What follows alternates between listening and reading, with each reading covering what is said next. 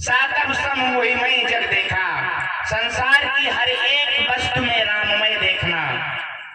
चाहे वह जीव किसी भी योनि में हो, अगर आप उसमें परमात्मा स्वरूप दर्शन देखेंगे तो वो परमात्मा ही नजर आएंगे।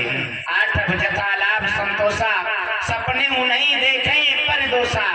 आठवीं भक्ति वह है कि जितना भी अधिक और जितना भी कम से कम मिल जाए उसमें ही आपको संतोष करना चाहिए। यही तो हमारी आठवीं भक्ति है। नवम सरल सब सन छल हीना, मम भरोस भी हर्ष न दीना। नौवीं भक्ति वह है किसी भी तरह का कोई छल नहीं होना चाहिए।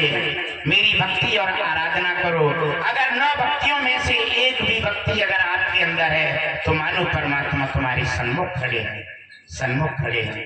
और न जाने क्यों मैं ये भक्ति के बारे में बात कर ही रहा था। भगवान भोलेनाथ को याद करने के बाद में मैं देख रहा हूँ कि ये मेरा सिंहासन हिल रहा है। और सिंहासन ही नहीं, ऐसा प्रतीत हो रहा है कि समस्त क्षीर सागर कंपायमान हो रहा है। आज मैं समझ नहीं पा रहा हूँ कि आखिर सिंहासन हिलने का कारण है तो क्या है। इस बात का पता तो केवल मेरा भक्त देव ऋषि नारद ही लगा सकता है। देव ऋषि नारद, तुम जहां भी हो दौड़ी दौड़ी मेरे समीप चले आओ। आज मुझे तुम्हारी आवश्यकता है। आओ देव ऋषि, आओ मेरे समीप आओ। आज विष्णु भगवान ने नारद जी को ये बात ब्रह्म में पर गए सिंहासन क्यों हिलाया, किसने हिलाया है, ये बात पूछने के लिए ब्रह्मपुत्र नारद जी को बुलवा रहे हैं। नारद भगवान बीड़ा बजा के आप लोगों के सामने कैसे आ रहे हैं, सभी दर्शन करेंगे। कि श्रीमन नारायण नारायण नारायण,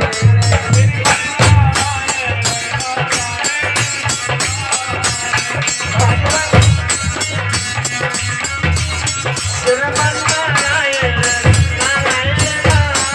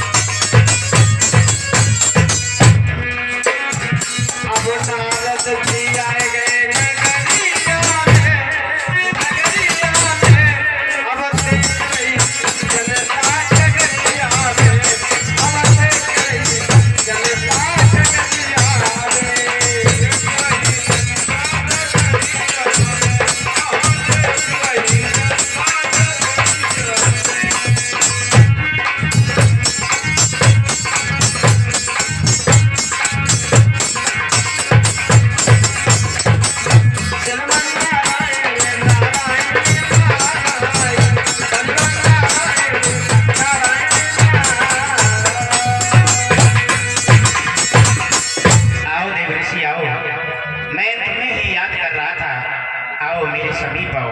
हे महाराज, कहो। नारद का प्रणाम स्वीकार हो।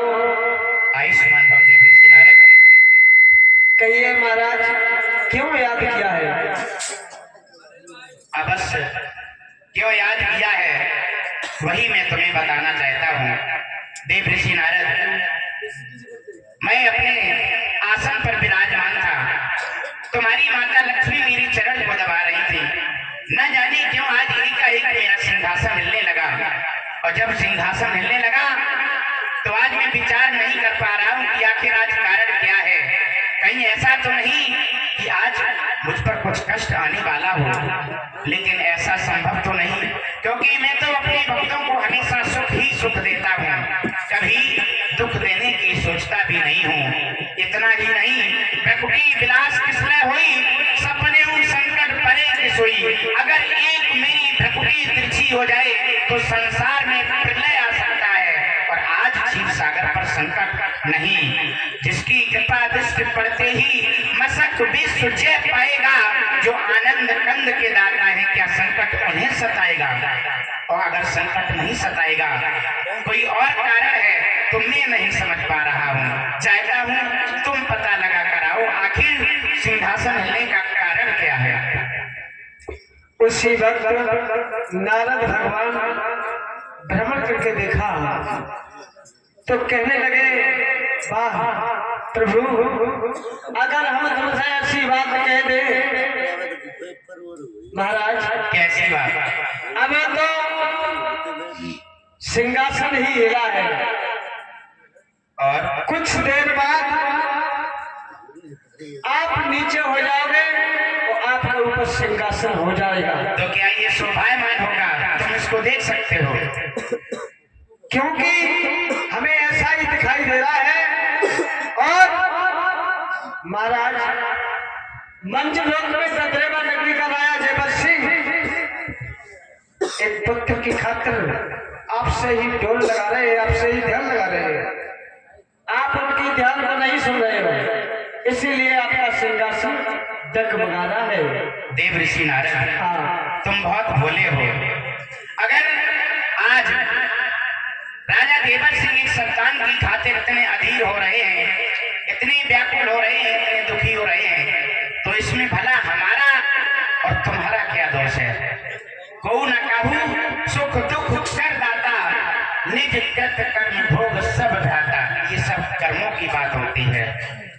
बड़ी सी सूरत राज करे, मांगे भीख मलूक भिखारी, एक सुगर नार बेटा को तरसे, फूहरिया जन जन के हारी। कोई सोने की छत्र की छाह चले, कोई धूप में काम करे बड़ भारी।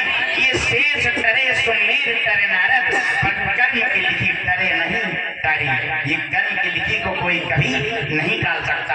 ऐसा समय आज राजा जेवर सिंह पर ही नहीं आया है, एक समय साक्षात मुझ पर भी आया था। जानते हो कब? कब?